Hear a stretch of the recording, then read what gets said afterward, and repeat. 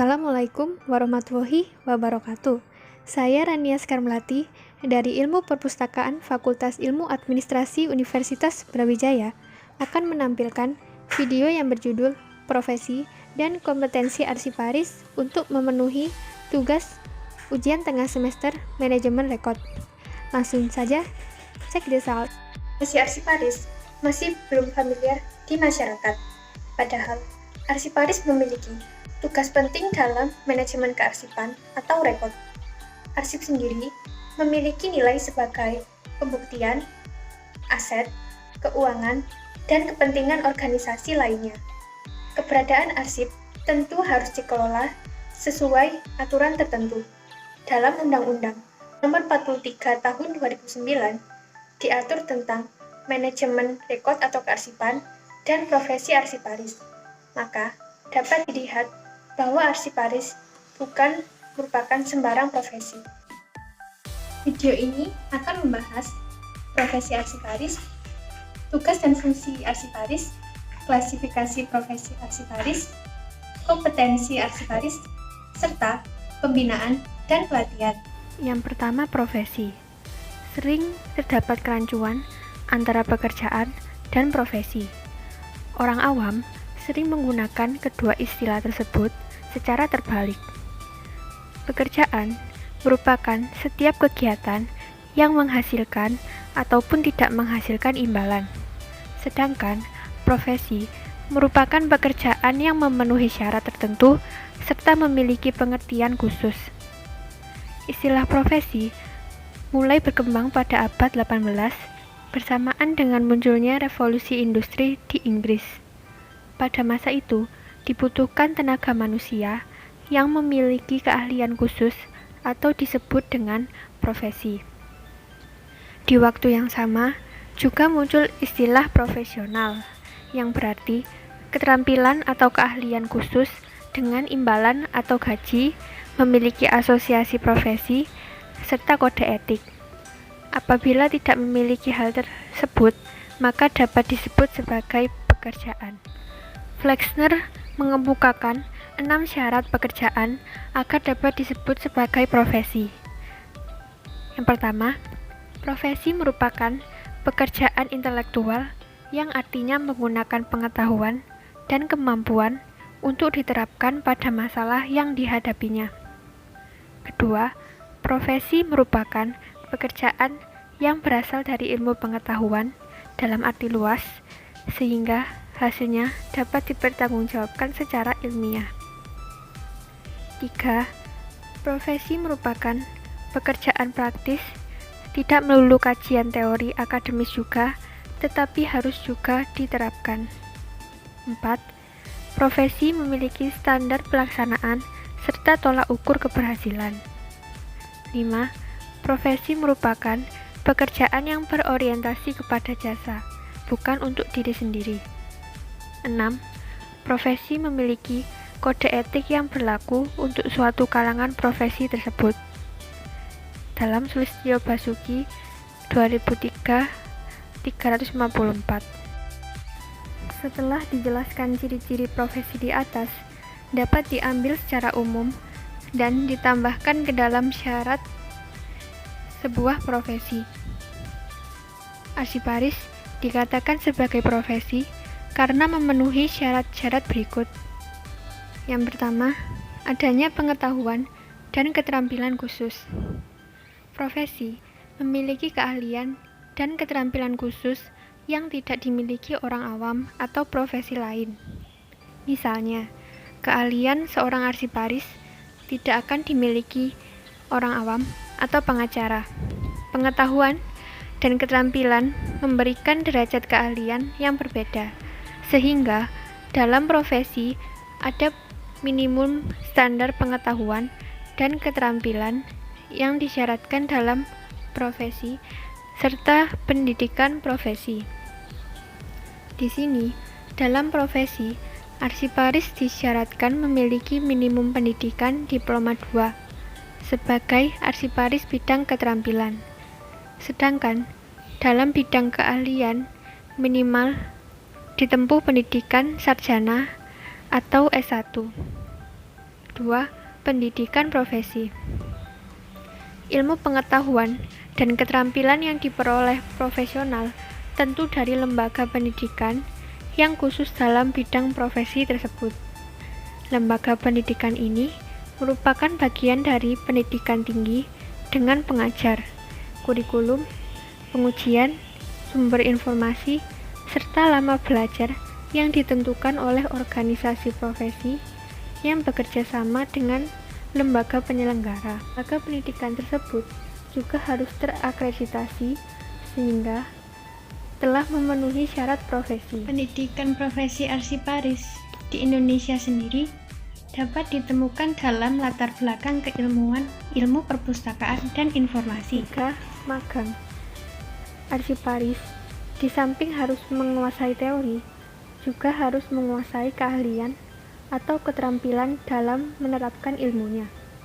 Sehingga calon arsiparis profesional harus melakukan magang atau internship sewaktu masih duduk di bangku pendidikan tinggi. Lamanya magang ditentukan oleh lembaga pendidikan. Setelah menyelesaikan pendidikan, calon profesional tadi tidak langsung bekerja melayani pemakai, melainkan untuk beberapa saat dia bekerja di bawah pengawasan tenaga profesional yang lebih senior. 4. Kemandirian. Mandiri berarti seorang profesional harus dapat mengambil keputusan sendiri tanpa campur tangan orang lain. Dia memiliki integritas yang tinggi terhadap profesinya. Seorang hakim mengambil keputusan berdasarkan pertimbangan hati nuraninya, bukan atas dasar tekanan dari luar ataupun imbalan lainnya. Namun, dalam praktiknya, arsiparis sulit melaksanakannya. Dalam arsiparis pegawai negeri atau pemerintahan, mereka mempunyai atasan yang berhak mengambil keputusan. Begitu juga dalam sudut pemakai arsip.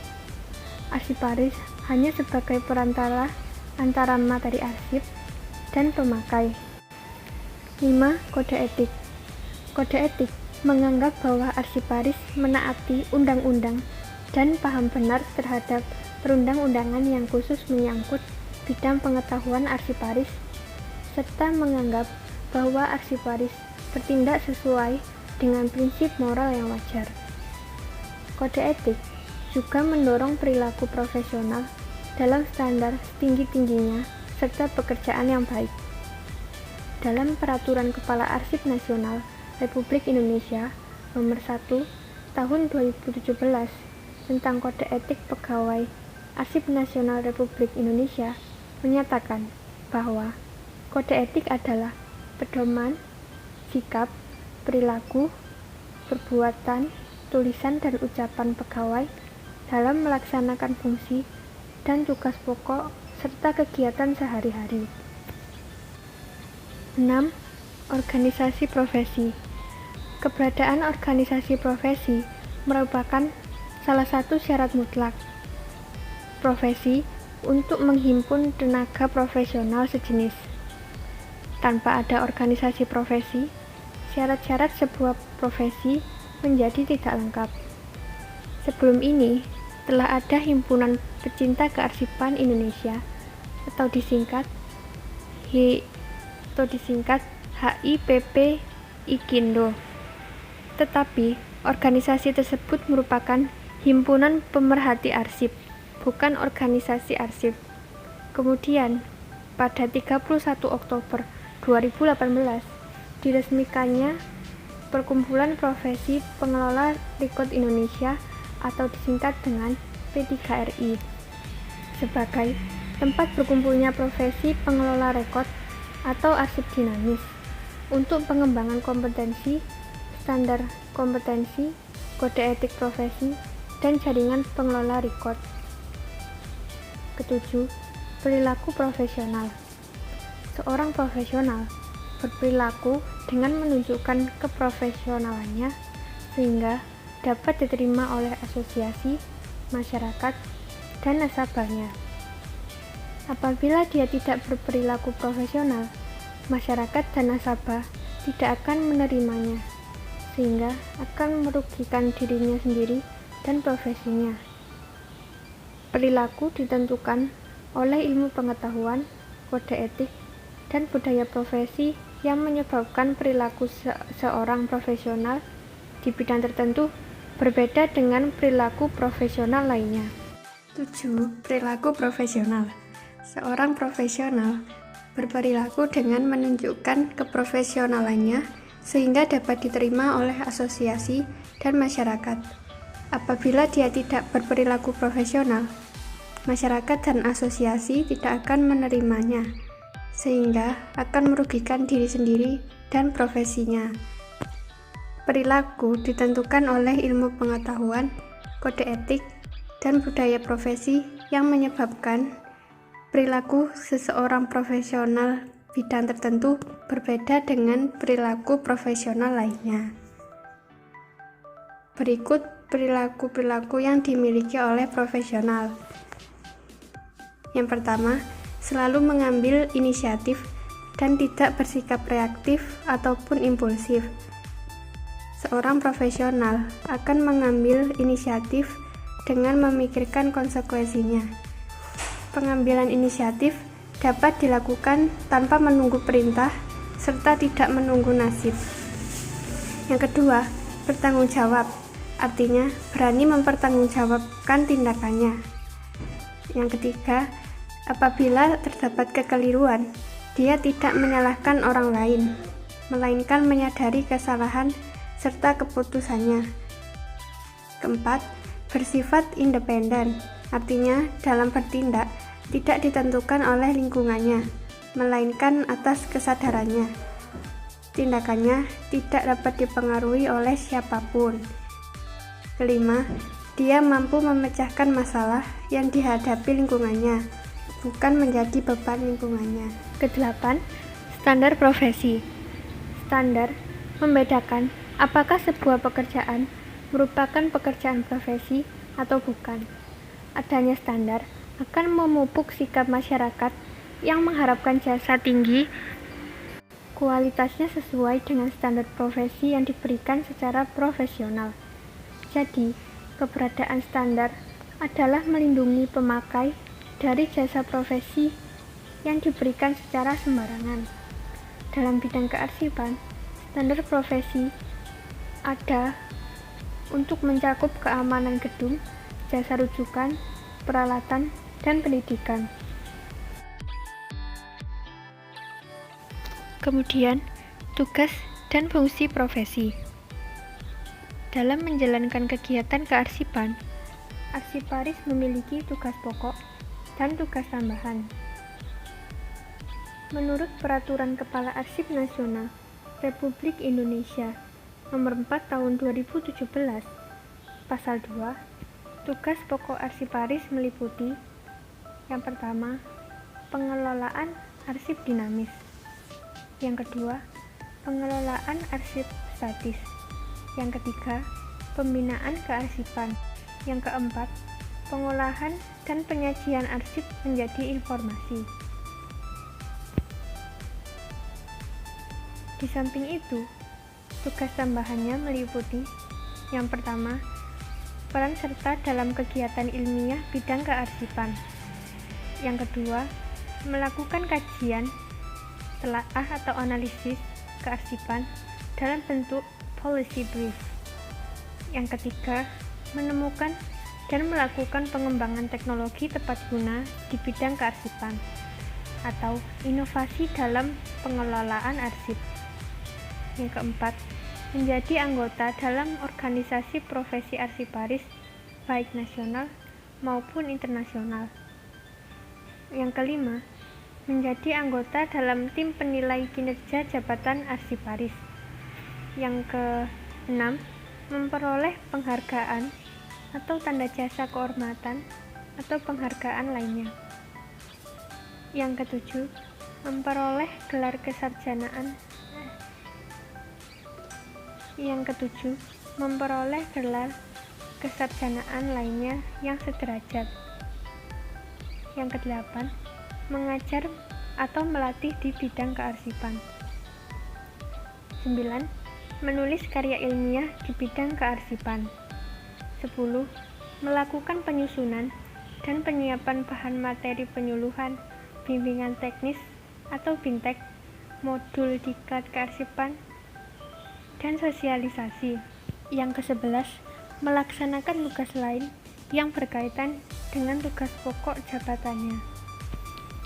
Selanjutnya, klasifikasi profesi. Profesi arsiparis dapat dibagi sesuai jenjang pendidikannya. Terdapat 3 golongan berikut. Yang pertama, arsiparis profesional spesialis adalah arsiparis yang telah menyelesaikan pendidikan magister atau doktor. Jadi, mereka merupakan lulusan pasca sarjana strata 2 dan 3. 2. Arsiparis profesional adalah arsiparis yang menyelesaikan pendidikan tingkat sarjana. Yang ketiga, arsiparis praprofesional, artinya arsiparis yang menyelesaikan pendidikan diploma dalam bidang kearsipan. Selanjutnya, kompetensi. Pekerjaan seorang profesional tentu tidak akan lepas dari suatu kompetensi yang dimiliki. Keprofesionalan seseorang akan dapat dicapai dengan bagaimana ia bekerja dengan kompetensi yang dimilikinya. Dalam hal ini, kompetensi sangat erat hubungannya dengan profesionalisme seseorang. Adapun hal-hal yang perlu dilakukan yaitu: yang pertama, membangun kepercayaan diri arsiparis sebagai profesi yang mulia dan sangat berpengaruh pada peningkatan kinerja sebuah institusi. Yang kedua, meningkatkan citra diri arsiparis dengan peningkatan tingkat pendidikan, kecakapan, dan kemampuan, serta penampilan. Arsiparis dengan penampilan elegan akan sedikit banyak mempercantik citra diri. Secara intelektual, arsiparis yang baik akan sering banyak tampil dalam berbagai hal sebagai pendukung peningkatan citra diri arsiparis. Yang ketiga, mengembangkan potensi diri dengan cara penguasaan logika dan perencanaan strategi serta siap berkompetisi. Yang keempat, mengembangkan organisasi profesi. Seorang arsiparis tidak bisa berkembang kalau hanya sebagai makhluk individu. Sebagai makhluk sosial, profesional sudah seharusnya mengikuti organisasi profesinya dan berkecimpung dalam kegiatan di organisasi profesi. Yang terakhir, pembinaan dan pelatihan. Pembinaan kearsipan merupakan upaya peningkatan kualitas penyelenggaraan kearsipan dan profesional arsip di sebuah lembaga. Hal ini juga perlu diperhatikan agar pembinaan kearsipan dapat berjalan dengan baik. Dalam Undang-Undang Nomor 43 Tahun 2009 Pasal 19, Arsip Nasional Republik Indonesia menyelenggarakan jenis pendidikan dan pelatihan dalam bidang kearsipan. Pembinaan dan pelatihan kearsipan tersebut meliputi: yang pertama, pemberian bimbingan, supervisi, dan konsultasi kearsipan. Yang kedua, sosialisasi kearsipan dinamis dan statis kepada unit pengolah, unit kearsipan sekretariat satuan kerja, dan sekretariat lembaga kearsipan lembaga induk. Yang ketiga, pendidikan dan pelatihan kearsipan bagi unit pengolah, unit kearsipan sekretariat satuan kerja, dan sekretariat lembaga kearsipan lembaga induk. Yang keempat, koordinasi kerja yang efektif dan efisien antara lembaga kearsipan dengan Arsip Nasional Republik Indonesia. Yang kelima, perencanaan, pemantauan, dan evaluasi penyelenggaraan kearsipan dinamis dan statis.